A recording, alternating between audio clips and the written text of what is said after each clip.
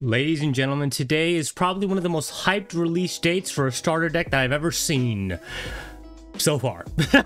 So we did get the brand new starter deck 10, the 3 captains. It's hard to read like reverse yet.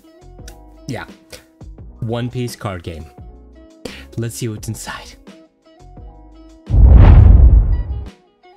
Welcome back to the channel, ladies and gentlemen. Hopefully y'all are having an absolutely wonderful, beautiful, and amazing day. Hopefully this video does go out the day of release. I'm going to try to edit it, whatever it is. But quick little shout out. We are doing a One Piece tournament on my Discord today. Free to join, free to play. You just need a webcam setup and your IRL cards. And then we're just going to have some fun. 9 p.m. today, Central Standard Time. I'll see you there.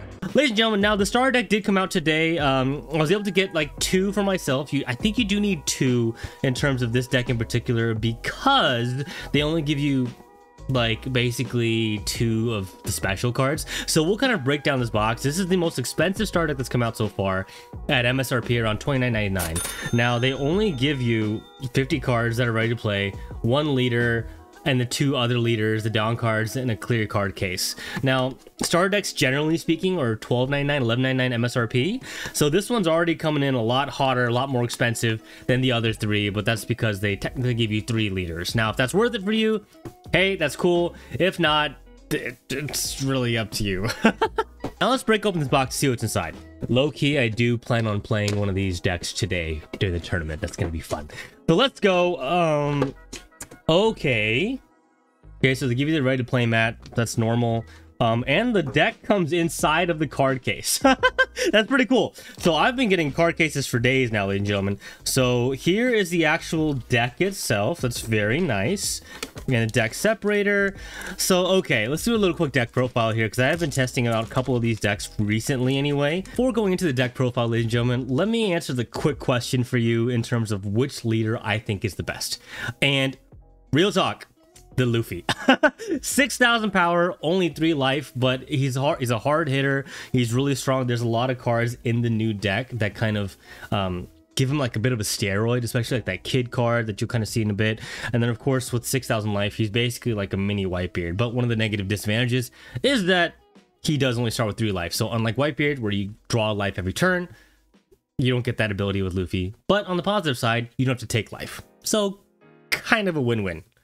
In terms of second, I would definitely put the Law as the second place, because I think Law in itself is a very strong leader. He does manipulate Dawn in a very interesting way. Luffy, basically, if you have 8 or more Dawn, you can add an active Dawn to your, your active Dawn cost area. Okay, now with Law, he actually has an ability where if you Dawn -3, that's also rested Dawn, you may return the specified number of Dawn cards, which is 3, place up to one of your opponent's characters with 3,000 power or less at the bottom of the owner's deck, and play up to 1 character with a cost of 4 or less from your hand. So basically, if there's like a 3,000 cost character on the opposite side, you can basically sacrifice 3 Dawn, knock that character out for the rest of the game basically, and then you can summon a card like that for free. A 4-cost Shachi and Penguin. Now, obviously, that does leave the 3rd place. I will say Kid. I haven't seen a lot of Kid. I've played a bit of him. He's weird. So, if he has 4 more life cards, he basically only has 4,000 power, which is a little bit odd, right? So, you basically, when you have 4 life, that's when you get the regular 5k power.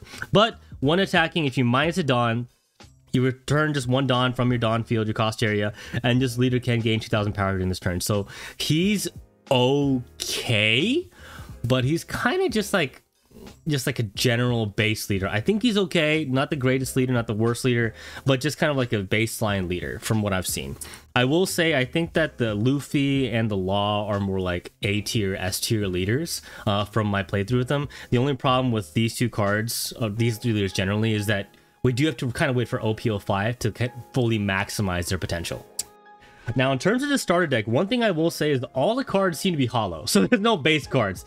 This Luffy card is amazing. It's so good. It's a Rush Luffy, 10 cost. Basically, if you go first with your Luffy card here, you can get 10 Dawn on your 5th turn and summon this card. It's a Rush character, and it's one of the most OP characters I've seen so far in terms of his ability. So if I summon this card, for example, let's say that I attack with this Luffy, and the opponent on the opposite side uses an imaginary blocker.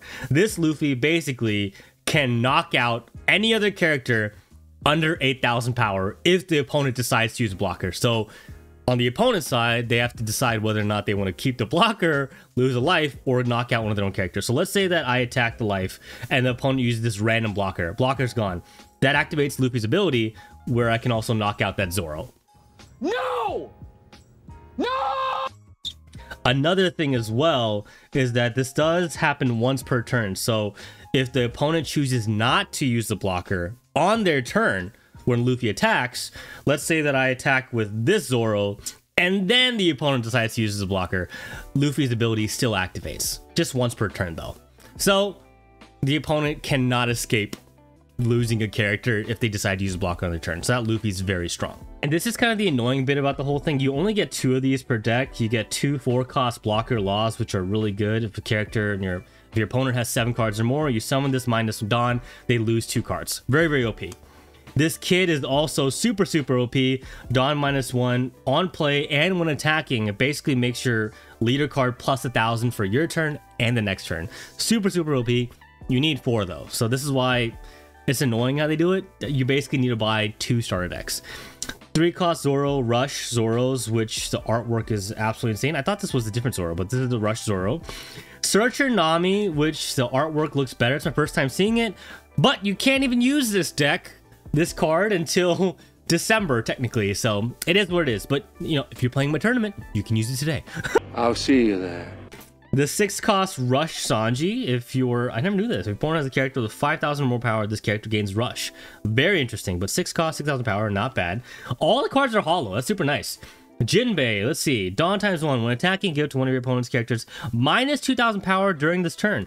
That would work really, really well with Law, because with Law, if you subtract 2,000 power, then you can use his ability. I'm sorry, with this leader Law, you can just basically bounce him off the board. That's a very good card. They only give you 2. Wow, see, Bandai knows what they're doing. Killer.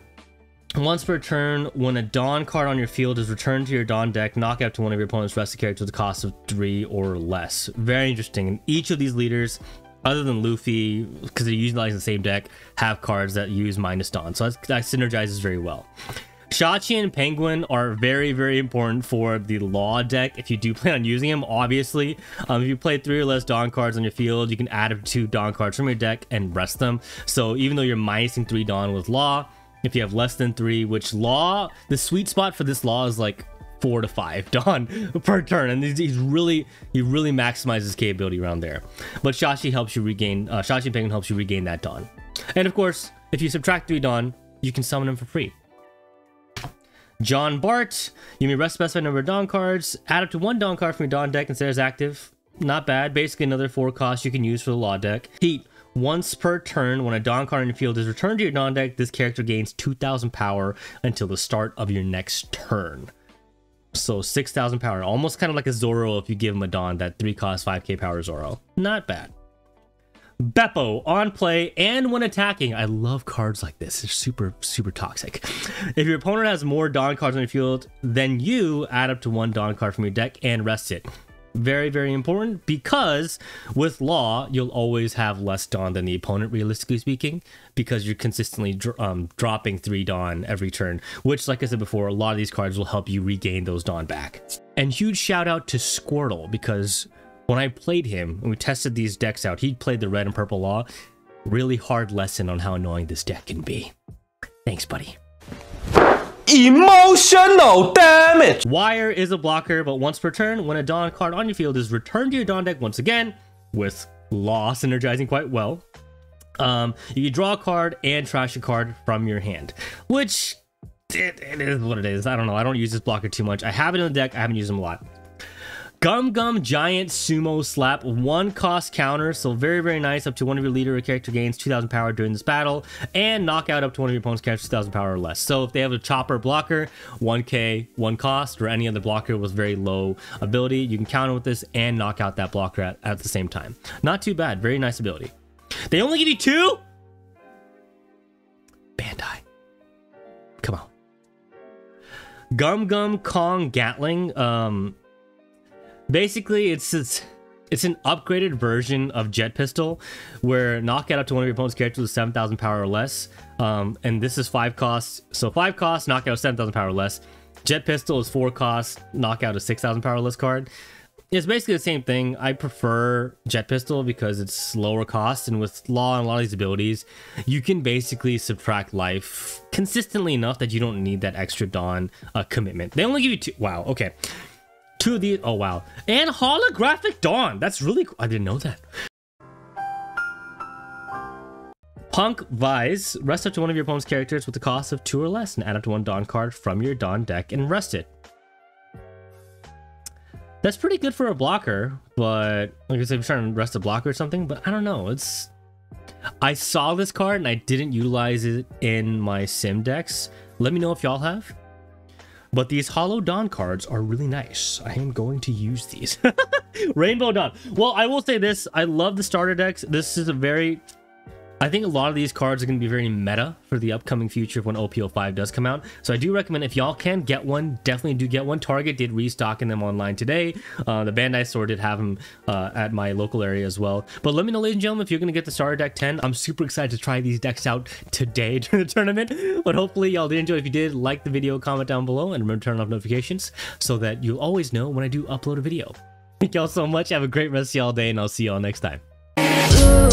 That's what you do. You give me yellow eyes and orange skies. Red, I'm seeing